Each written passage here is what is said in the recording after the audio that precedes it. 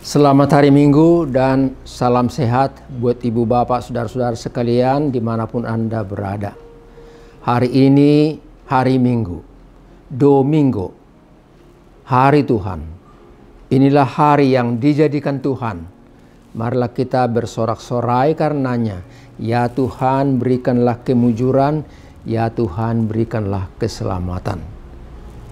Kita berterima kasih dan bersyukur kepada Tuhan. Sampai hari ini kita dilindungi, kita dimampukan untuk menjaga diri kita, memelihara kesehatan kita jauh dari ancaman COVID-19 dan varian-varian yang baru.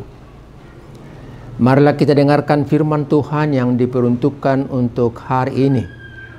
Dalam kasih karunia-Nya kita dengarkan sabdanya yang tertulis dalam kitab Mazmur pasal yang pertama. Ayat 1 sampai ayat 6. Demikian bunyinya. Berbahagialah orang yang tidak berjalan menurut nasihat orang fasik, yang tidak berdiri di jalan orang berdosa, dan yang tidak duduk di dalam kumpulan pencemooh, tetapi yang kesukaannya ialah Taurat Tuhan, dan yang merenungkan Taurat itu siang dan malam.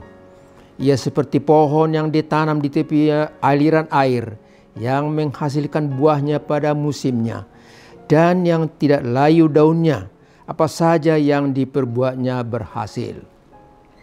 Bukan demikian orang fasik. Mereka seperti sekam yang ditiupkan angin. Sebab itu orang fasik tidak akan tahan dalam penghakiman. Begitu pula orang berdosa dalam perkumpulan orang benar. Sebab Tuhan mengenal jalan orang benar, tetapi jalan orang fasik menuju kebinasaan. Sampai di situ peruntukan firman untuk kita pada kesempatan ini. Saudara yang terkasih, minggu ini disebut Minggu Eksaudi. Dalam Mazmur 27 ayat 7 dan seterusnya, pemazmur berkata, "Hatiku mengikuti firman-Mu ya Allah, dan aku mencari wajah-Mu ya Tuhan. Engkaulah pertolonganku. Janganlah membuang aku, dan janganlah meninggalkan aku. Tunjukkanlah jalan-Mu kepadaku, dan tuntunlah aku di jalan yang rata." Saudaraku yang terkasih, inilah doa dari pemazmur dan juga menjadi doa permohonan kita. Doa yang rindu akan tuntunan Tuhan, doa yang merasa perlu bimbingan Tuhan dalam perjalanan hidup ini. Saudara, ada ungkapan yang berbunyi, hidup ini adalah perjalanan. Maksudnya, ada situasi jalan yang beraneka ragam. Ada jalan yang menanjak, menurun. Ada jalan yang lurus dan berbelok-belok. Ada jalan yang lempang dan sempit. Ada jalan yang santai kita di atasnya berjalan. Ada juga jalan yang penuh dengan ancaman. Namun di atas seluruhnya situasi yang beraneka ragam itu diingatkan, jalani, tempuhlah. Go on. Jangan bersungut-sungut. Jangan marah-marah. Dan jangan juga emosi. Ikuti petunjuk rambu-rambu lalu lintas dan kamu akan selamat. Saudara, makna yang lebih dalam berbunyi hidup ini adalah perjalanan. Di jalan hidup ini ada suka dan duka, ada senang dan susah, ada sakit dan sehat, kadang-kadang berhasil atau gagal, ada untung tapi juga buntung. Namun di atas situasi yang beraneka ragam itu, dikatakan jalanilah hidup ini, tempuhlah, keep going, begitu maksudnya. Saudara, dalam hidup ini juga ada aturan-aturan. Kalau kita membeli barang elektronik terutama, seperti kulkas, TV, dispenser, mesin cuci, dan lain-lain, kepada kita selalu diberi yang namanya BPP, buku petunjuk pemakaian. Bagaimana kita mengoperasikan barang itu supaya bagus, supaya lancar, dan juga ada garansi untuk waktu tertentu diberikan kepada kita. Ikuti aturan itu. Saudaraku yang terkasih, makna rohani yang lebih dalam untuk kita dalam hidup ini juga ada petunjuk-petunjuk, ada aturan-aturan hidup yang kita sebutkan BPK, buku petunjuk kehidupan. Buku petunjuk kehidupan itu ialah firman Tuhan yang tertulis dalam Alkitab. Bacalah firman Tuhan, ikuti apa yang dianjurkan, jauhi apa yang dilarang. Jalani kehidupan ini, berdoalah kepada Tuhan, dan Tuhan akan menuntun Anda dalam menjalani kehidupan ini. Saudara, topik minggu ini berbunyi kebahagiaan orang benar. Siapa itu orang benar? Orang benar itu orang yang lurus jalannya. Orang benar itu orang yang hidupnya digantungkan, diserahkan kepada Tuhan. Orang yang benar itu sabar dan menunggu petunjuk Tuhan untuk dia lakukan. Itulah orang yang benar. Kebahagiaan daripada orang benar itu ialah bahwa dia selalu tabah dalam hidup ini. Ya sudah, kalau begitu kita jalani aja. Syukurilah apa yang ada. Jangan ribut, jangan bersungut-sungut. Hubungan dengan Tuhan itulah membuat seseorang bahagia. Marilah kita lihat apa yang dikatakan dalam nas khotbah kita pada kesempatan ini. Dikatakan di sini yang pertama, hidup yang bahagia. Hidup yang bahagia atau berbahagia. Saudara, bahagia itu tidak dijamin oleh harta milik yang melimpah ruah. Bukan berarti tidak baik kalau kita kaya atau punya harta. Apalagi kalau memang itu karena prestasi kita, karena usaha kita. Tapi yang diingatkan, kebahagiaan bukan bergantung atau dilandasi atas harta milik kekayaan tersebut. Kebahagiaan itu ada dalam hati, bukan yang dimiliki. Suami istri pada awal-awalnya bahagia, saling mendukung, saling percaya. Tetapi sesudah beberapa tahun kemudian, mulailah ada tabungan, mulai ada harta, mulai ada kekayaan, jabatan naik, rezeki melimpah. Dan sesudah itu mulailah ada kecurigaan di antara mereka. Satu dengan yang lain tidak saling percaya. Dan itu merupakan neraka dalam rumah tangga. Tapi kebahagiaan itu ada bila suami istri itu bersyukur atas apa yang Tuhan berikan kepada mereka, memakai harta miliknya dengan baik untuk kebahagiaan bersama. Ada suami istri sejak menikah bertahun-tahun kemudian tidak mendapat keturunan, anak laki maupun perempuan. Sementara yang lain, rumah tangga yang lain mendapat anak, keturunan, dan juga sampai mendapat cucu dan seterusnya. Siapa yang bahagia? Kalau saya mau katakan, belum tentu orang yang punya anak banyak dan cucu itu bahagia. Bila ribut di dalamnya, itulah merupakan malapetaka. Sementara di pihak lain, suami istri yang tidak punya anak itu tetapi menerima apa yang ada, saling mendukung dan saling percaya. Dan itulah menurut hemat saya keluarga yang bahagia. Saudara yang terkasih,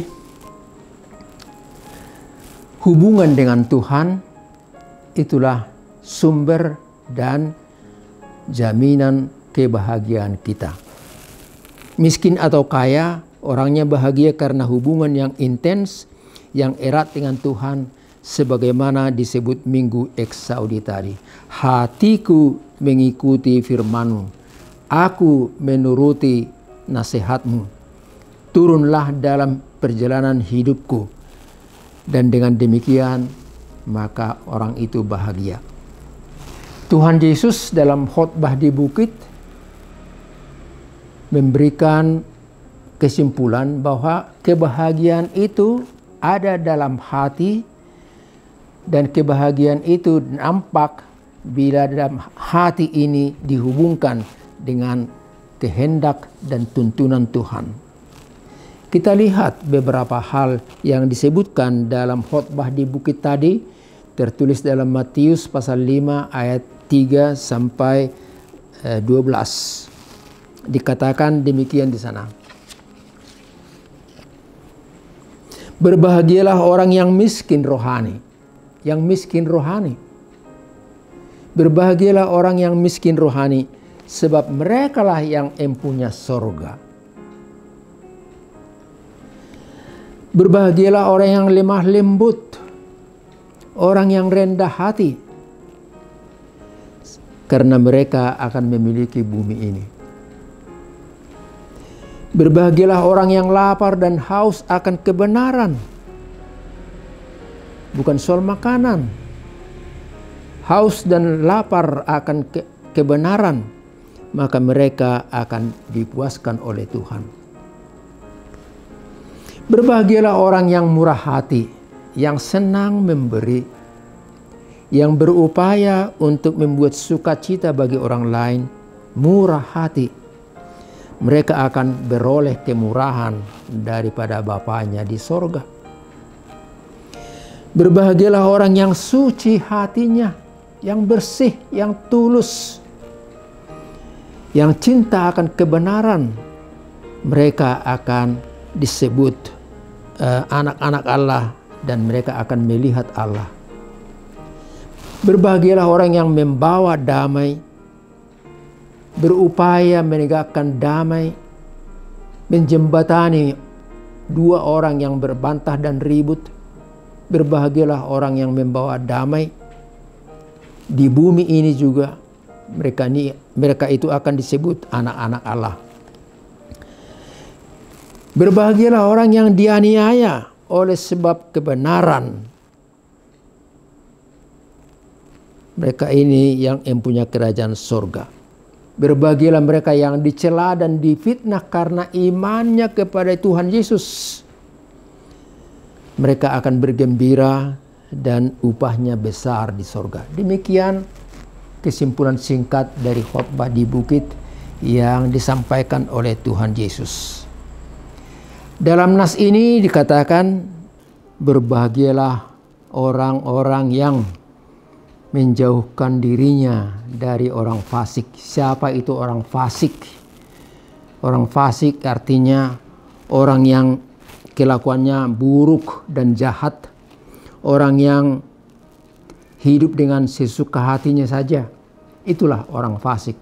Berbahagialah seseorang bila dia menjauhkan dirinya dari sikap orang yang seperti tadi. Berbahagialah orang bila dia menjauhi orang berdosa. Dosa itu artinya pelanggaran. Jadi orang berdosa, orang yang selalu dan tidak peduli akan aturan Tuhan. Dia langgar demi kenikmatan hidupnya. Sesukanya aja dia. Berbahagialah orang kalau menjauhi seperti itu. bukan berarti memusuhi, tapi menjauhkan diri dari sikap sifat orang-orang tadi. Berbahagialah orang-orang yang menjauhkan dirinya dari orang-orang yang menganggap remeh akan Tuhan. Yang selalu berkata, di mana Tuhan? Kenapa terjadi begini? Kalau dia ada, kalau dia tahu, kalau dia hidup, kalau dia maha kuasa, kenapa terjadi begini?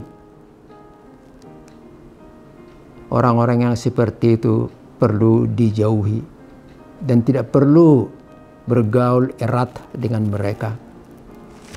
Saudara, yang berbahagia ialah orang yang merenungkan hukum Tuhan, atau saya katakan lebih luas, orang yang merenungkan firman Tuhan siang dan malam. Merenungkan firman Tuhan siang dan malam bukan berarti lipat tangan, duduk, berdoa terus-menerus, tidak bekerja. Bukan begitu maksudnya. Yang merenungkan firman Tuhan itu artinya dia baca firman Tuhan, dia beri waktu dan bertanya kepada dirinya sendiri, apa sih yang dimaksud oleh firman barusan? Apa yang dikehendaki Tuhan yang saya lakukan? Apa yang harus saya hindari? Nah, orang-orang yang merenung seperti itulah yang disebutkan berbahagia. Pada ayat yang ketiga disebut demikian. Orang yang berbahagia itu, ia seperti pohon yang ditanam di tepi aliran air, yang menghasilkan buahnya pada musimnya dan yang tidak layu daunnya. Apa saja yang diperbuatnya berhasil. Pohon yang ditanam di tepian air, tidak takut akan musim kemarau, akan panas terik matahari, daunnya selalu hijau, dan pada musimnya dia akan memberikan buah yang lebat. Itulah satu gambar yang sangat indah sekali, melukiskan bagaimana kehidupan orang-orang yang beriman itu, orang-orang yang disebut bahagia tadi. Saudara yang kekasih, Nabi Yeremia dalam pasal 17 ayat 7-8 berkata juga demikian. Diberkatilah orang yang mengandalkan Tuhan dan menaruh harapannya pada Tuhan. Diberkatilah orang yang mengandalkan Tuhan, yang menaruh harapannya pada Tuhan. Ia seperti pohon yang ditanam di tepi air, yang merambatkan akarnya ke tepi air, daunnya tetap hijau dan tidak takut musim kering, dan dia terus berbuah. Kalau hidup kita seperti itu, itulah hidup yang indah sekali dan hidup yang dinanti-nantikan oleh Tuhan dan juga disenangi oleh manusia sekitar kita. Kita sampai kepada pesan kedua dari firman ini.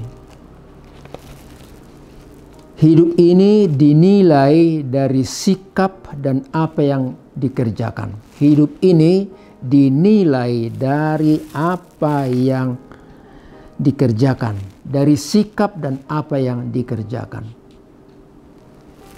Siapa dia? Apa yang dia lakukan? Bagaimana dia berkorban untuk bangsanya? Itulah dasar penilaian. Seseorang disebut pahlawan atas apa yang dia korbankan. Dan ia dimakamkan di Taman Makam Pahlawan. Seseorang yang berbuat baik dan berjasa untuk kemanusiaan dihormati dan namanya diabadikan. Lihatlah Jalan Singamangaraja, Jalan Ahmad Yani, dan yang lain-lain. Ada Bandara Soekarno-Hatta. Ada juga gedung-gedung yang nama seseorang diabadikan ke situ. Gedung Sarbini dan seterusnya. Itu merupakan penghargaan bagi seseorang yang mengabdikan dirinya untuk kebahagiaan warga negara di mana dia ada. Dalam nas kita disebut orang yang baik dan taat itu dan berbuat baik itu digambarkan seperti pohon buah segar yang tidak layu. Beda dengan orang yang fasik, yang tidak peduli bahkan merendahkan Tuhan. Mereka itu seperti sekam. Anda tahu sekam itu mudah diterbangkan angin, tidak berbekas, dan tidak kita tahu kemana dia diterbangkan. Begitulah akhir hidup daripada orang-orang yang tidak peduli akan Tuhan. Mereka seperti sekam, atau dalam bahasa lain seperti debu yang diterbangkan dan hilang dari pandangan mata. Saudara, kenapa boleh kesimpulan seperti itu membedakan yang baik dan yang fasik? Yang namanya diabadikan, tetapi yang lain yang seseorang seperti sekam diterbangkan angin. Yang membedakan itu hanya satu, yakni Allah Bapa di sorga. Dialah Allah yang maha melihat dan maha tahu atas setiap insan manusia di bumi ini. Dialah Allah yang maha melihat dan maha tahu akan apa yang diperbuat oleh orang per orang. Saudara, saya mau simpulkan tadi dari penjelasan serta khotbah tadi, kesimpulannya demikian. Jadilah orang yang senang akan firman Tuhan, renungkanlah itu dan lakukanlah seturut dengan kehendak Tuhan melalui firman-Nya. Hindari orang yang hidup dengan suka-sukanya sendiri, yang selalu mencela dan merendahkan kuasa daripada Tuhan.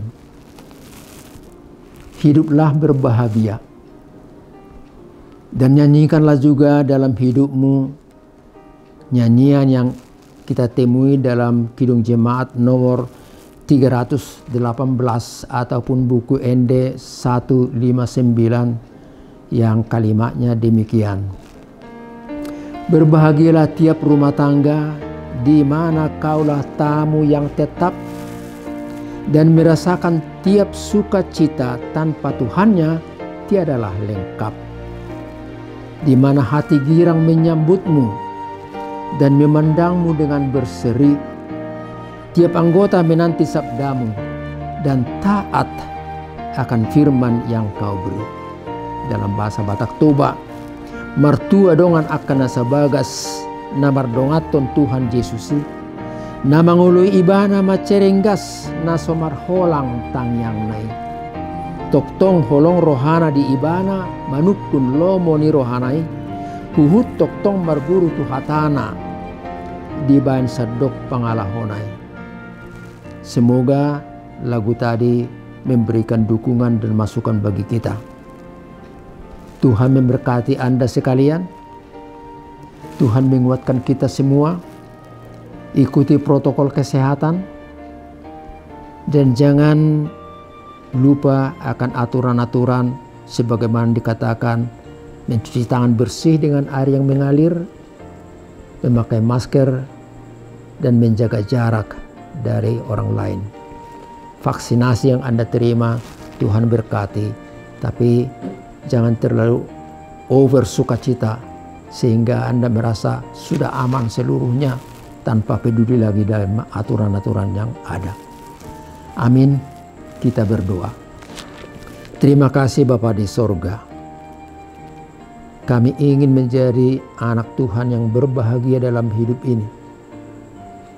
Berbahagia oleh karena kami selalu berhubungan akrab, erat dengan Tuhan melalui firman-Mu. Biarlah firman-Mu boleh hidup dalam diri kami dan kami laksanakan, kami amalkan dalam hidup ini sebagai pertanda sukacita kami kepada Tuhan dan membuat orang lain juga bergembira. Tuhan, kami kembali berdoa dan terus berdoa supaya Tuhan bekerja melalui medis dan paramedis, serta sukarelawan yang terus merawat orang-orang yang terpapar karena kena COVID-19 dan jenis yang baru itu. Tuhan, berkatilah mereka yang bekerja, keluarganya juga dan anak-anak mereka. Berkati juga yang mereka rawat supaya sehat dan pulih kembali, boleh pulang ke rumah mereka masing-masing. Berkati juga gerejamu dalam segala bentuk pelayanannya, dan biarlah namamu semakin dimuliakan melalui persekutuan, melalui pelayanan mereka hari lepas hari. Kami berdoa kembali untuk pemerintahan kami ini. Tuhan, berkati mereka. Banyak tantangan yang mereka hadapi, banyak tugasnya, dan oleh karena itu biarlah melalui mereka berkat-Mu mengalir kepada bangsa dan negara kami, kepada kami semua. Ekonomi kami semakin baik, persaudaraan kami semakin erat, dan juga kesehatan kami semakin baik juga. Tuhan, ampuni kami dari segala dosa dan kesalahan kami. Dan kami berdoa hanya dalam nama yang satu itu, Tuhan Yesus, penebus kami yang hidup. Amin.